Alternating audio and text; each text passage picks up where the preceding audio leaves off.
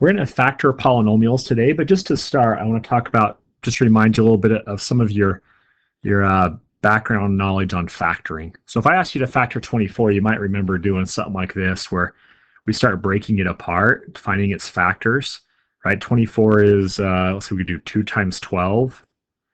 2 is prime, so we stop there, right? That's one of my factors.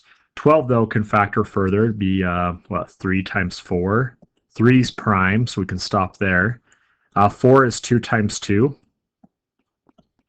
So we end up with 24. We can write as being a product of its prime factors. It's 2 times 2 times 2 times 3. Right? These are the same thing. 24 is the same as that, but it's just two different ways of writing it.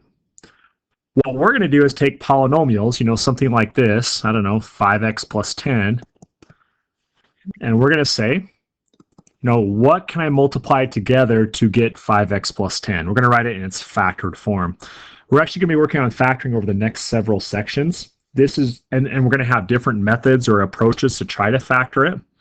Factoring with a common factor is just the first way we're going to do that. To help us understand how it works, I want you to take this to review. I want you to take this problem right here and multiply it out. So multiply these together, find the answer. You're going to use the distributive property. So pause the video and do that. And then we'll talk about how this can show us how to factor. So we take that monomial 2x and distribute it through. That'd be 2x squared. 2x times 5 is 10x. And we're done. We multiplied it out. So what we're going to do, though, is you're going to be given this, the product, the polynomial that's all multiplied out. You're going to have to work backwards to get up to here. So think about what we did here. We took the 2x and we distributed it through. We times it by each term. So if I want to work backwards, what we're going to do is we're going to look for the common factor between 2x squared and 10x. And right, 2 will go into both of them, and they both have an x.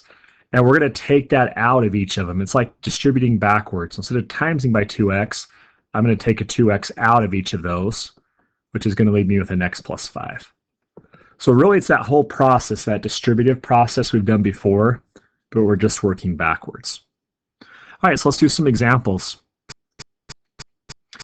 So here's my first one. I got 72x cubed minus 8. So the way we do this is I start just by looking at each term. Got that term and that term, and I look for a common factor. All right, so I have, let's see, 8 goes into 8, 8 goes into 72. This one has some x's, this one doesn't. So I think 8 is my greatest common factor. It's the biggest thing that goes into both of them. Okay, then I'm going to put parentheses, and now I have to take a factor of 8 out of each of those. So the way I think about that is 72 is 8 times 9 times x cubed. Right? That's my first one. That's 72x cubed. 8 is 8 times 1. If I take a factor of 8 out of each of those, that leaves me with a 9x cubed minus 1. Now, that's factored completely. And the way I know it's factored completely is if I look at the inside here, there should not be a common factor left, which there's not. I can check my answer just by timesing by 8, right? 8 times 9x cubed is 72x cubed. And 8 times 1 is a minus 8. So there's my factored form. Let's try this one. Let's say I have 10x squared minus 15x cubed plus 35x. And I want to write that in its factored form. So this one has 3 terms. So I have to look at all 3 terms and just look for the common factor between all 3 of those. So start with the numbers. I have 10, 15, and 35. The biggest thing that goes into all of those, the biggest factor they have in common is a factor of 5. If you look at them, they all have x's also. They all have variables. So I want to take out, this one has got 2, this one's got 3, and this one's got 1. I need to take it out of, whatever I take out has to come out of all of them. So I can only take out the x, right? Even though this one has 2 and 3, this one only has 1. So if I'm going to take it out of all of them, I can only take out the x. Okay, then put what's left when I take out that common factor. 10x squared is 5 times 2 times x times x. So if I take out a factor of 5 and x, it leaves me with a 2x. 15 is 3 times 5 times x times x times x. So if I take a factor of 5 and x out, it leaves me with a 3, and there's 2x. It's 3x squared. The 35x is 5 times 7 times x. If I take out a factor of 5 and x, it leaves me with a 7. So let's check our answer. First of all, check, is there a common factor left between the 2x, the minus 3x squared, and the 7? I think we're good there, no common factor. The second thing is if I multiply this through, I get 10x squared minus 15x cubed plus 35x. So it looks good. That is my factored form. Just to notice something, notice how if I take a factor of 5 out, what we end up really doing is dividing by 5, right? 10 divided by 5 is 2, 15 divided by 5 is 3, and 35 divided by 5 is 7. So when you think of taking a factor out, we're not subtracting a factor out, we're dividing that factor out. Let's try, or let's have you guys try this one. This one can be, there's a little trick to it, but give it a try. Pause the video and try it, and then come back and we'll go through it together. So looking at your common factor, 10r and 10, your common factor is 10. So the 10 goes out in front. 10 divided by 10 is 1, so I get 1r. And a lot of times I see this, 10r. The problem is if I times 10 by r, I don't get 10r plus 10, I just get the 10r. So 10 divided by 10, I need a plus 1 right there. So if I take out the whole thing, right, 10 is 10 times 1. So if I take out the 10, it's going to leave me with a 1 in its place. Okay, there's our factored form. This one can be a little bit tricky. If you have, I'm going to skip, oh, let's do this one actually. So if I look at this one, look for your common factor. I've got a 10x squared and a 21x. 10 and 21 don't have a common factor, but they do both have x's. So sometimes your common factor can just be a variable. In this case, it's just x. So if I factor out an x, I'd have a 10, just one x left over. I take the x out of 21x, I just have a 21. If I check your answer, check for a common factor, there isn't one. Next thing is if I multiply the x back through, I get 10x squared minus 21x, I get back what I started with. I want to show you this last one, and I just want to show you what happens if you have a negative out in front. So if I look at this problem, I'm still looking for a common factor, the greatest common factor. I have 10a minus 10a cubed minus 40a. So if you look at that, 10 goes into both of those. So my common factor of 10, and they both have an a, at least one a, so I'm going to take out an a.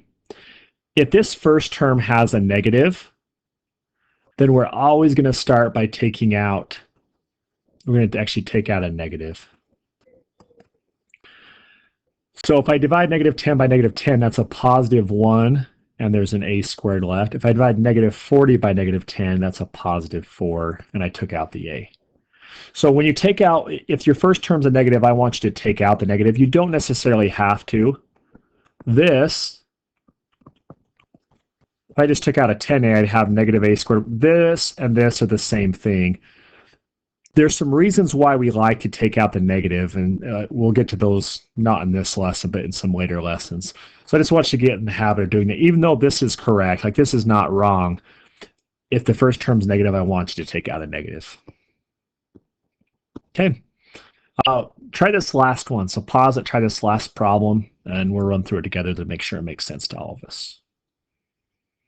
So looking for the common factor between 81, 63, and 36. Pretty sure that's 9, and they all have n's. So common factor is 9n.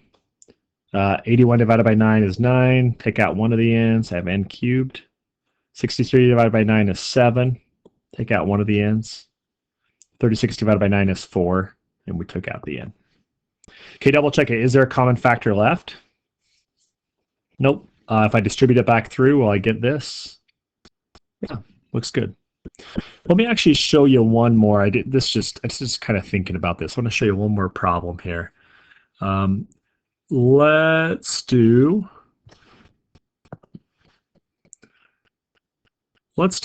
18x cubed.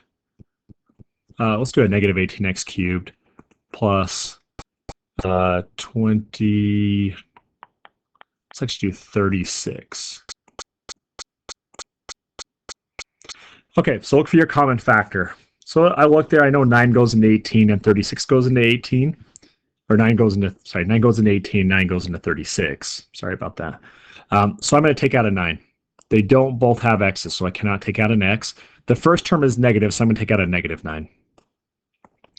Negative 18 divided by negative 9 is 2x cubed. 36 divided by a negative 9 is a minus 4. So when I get to here, I factored this correctly, but I did not factor it completely. And the reason why is I look at my answer, they both have a common factor of 2.